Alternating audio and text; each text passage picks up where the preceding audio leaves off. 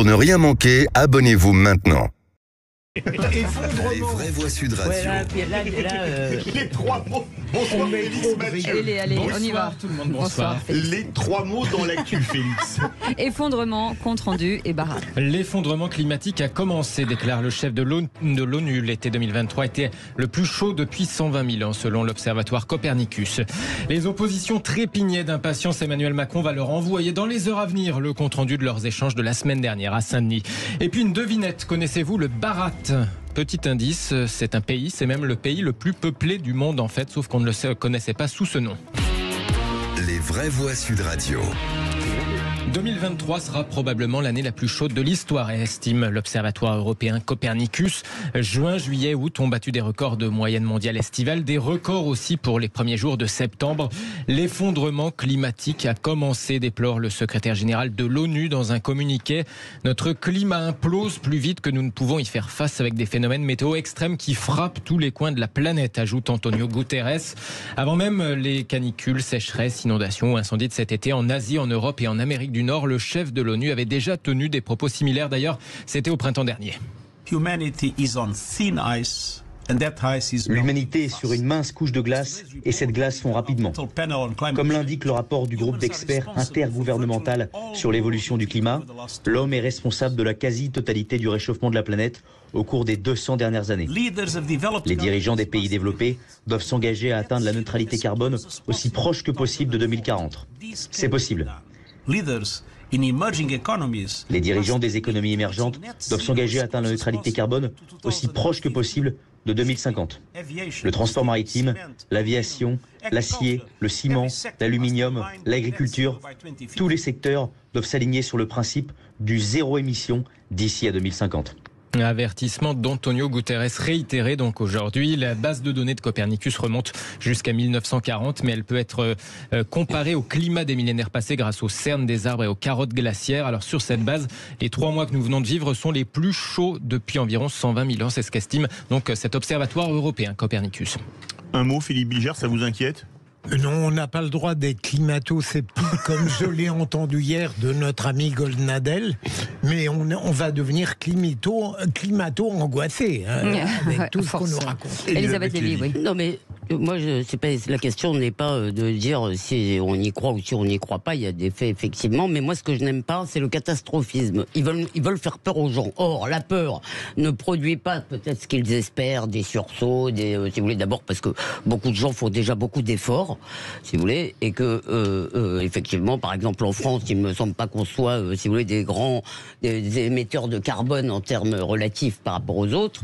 Et surtout, j'ai l'impression que ça vise à produire une sorte d'effet paralysant, ou en tous les cas c'est l'effet plutôt qu'un sursaut. Donc j'aimerais qu'on nous parle en termes de raison, et non pas, si vous voulez, qui est le prophète, comment il s'appelle dans Tintin, celui qui annonce la fin du monde,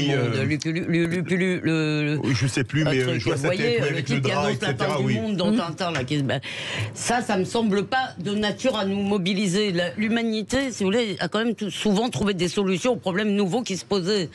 Oui, reste que le réchauffement climatique n'est pas une opinion, mais une réalité scientifique. Il y a unanimité. La communauté scientifique peut être d'un dissensus sur certains sujets, pas sur celui-ci. Est-ce qu'elle est d'origine humaine ? Ça vient d'être dit en quasi-totalité, mais ces faits continuent à être contestés. Il y a des climatologues de très haut niveau qui ont quitté les réseaux sociaux cet été par rapport à la meute qui les poursuivait.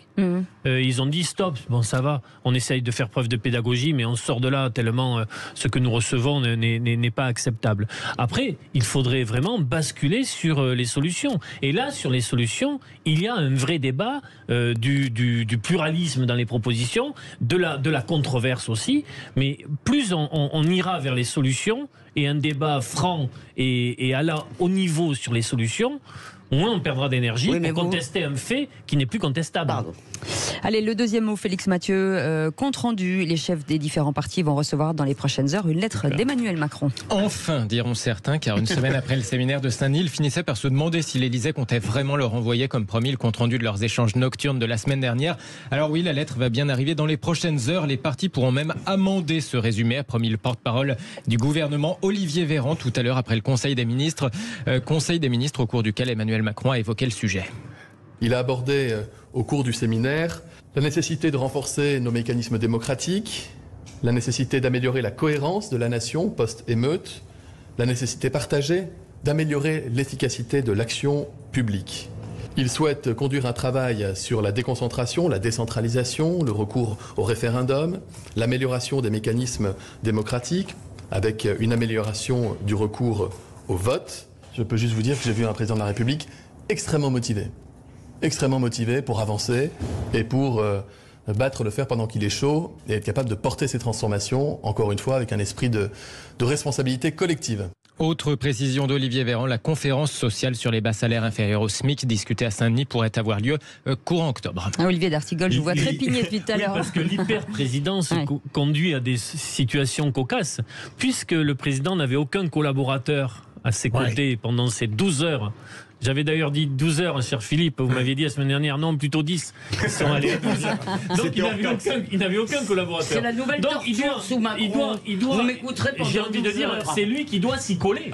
C'est le président de la République qui doit s'y coller en faisant le compte rendu, le PV, en fait d'une certaine manière, de ces 12 heures de discussion. Ce n'est pas rien. Document qui va être envoyé aux chefs de parti, que les chefs de parti peuvent amender, et avec une proposition pour une nouvelle date. On va se retrouver. Il faudra voir si sur la nouvelle date, elle est acceptée par toutes et tous, parce qu'il y a aussi des dirigeants de parti qui disent, nous, à un moment donné, ça va. Ou alors le président a fait une petite synthèse orale auprès de quelqu'un qui va en faire la synthèse écrite. Et j'ajoute qu'Olivier Véran n'a pas parlé de l'idée absurde qui a été balayée par le président. Ou alors quelqu'un avait un magnéto planqué dans ses papiers et a enregistré le tout. Mais ce qui est quand même amusant, c'est que ce qui devrait être finalement assez fréquent dans l'activité gouvernementale, on s'assoit et on réfléchit ensemble, ça devient une sorte d'événement. Allez, troisième mot qui est Bharat, c'est le nom du pays le plus peuplé au monde. Voilà, vous voyez duquel on parle? Non, bon, si vous le connaissez pas, c'est sans doute parce qu'en fait on le connaît plus communément sous un autre nom, l'Inde. Voilà, sauf qu'une interrogation parcourt le pays désormais. Désormais le pays le plus peuplé au monde, puisque l'Inde a doublé la Chine. L'Inde serait-elle en train de changer officiellement de nom alors qu'elle s'apprête à accueillir le G20? Eh bien, c'est son deuxième nom, Bharat, qui apparaît sur les affiches officielles et non plus le nom India qui était couramment utilisé depuis la colonisation britannique. C'est bien là le problème. Officiellement, les deux noms peuvent être utilisés, mais ce serait la première fois désormais que l'appellation considérée comme plus ancienne, Bharat, remplacerait ce nom d'Inde qu'on connaît dans le monde entier. Un peu finalement comme la Birmanie, vous savez, qui est censée être devenue Myanmar sur la volonté de la junte au pouvoir.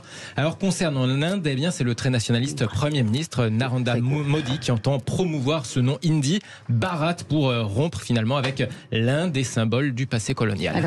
Moi je dis que quand on veut revenir à la pureté des origines, c'est souvent problématique et porteur, disons, pas d'avenir glorieux. L'idée de revenir toujours, d'aller chercher, si vous voulez, disons la vraie, le vrai nom, la vraie origine, c'est ça, c'est...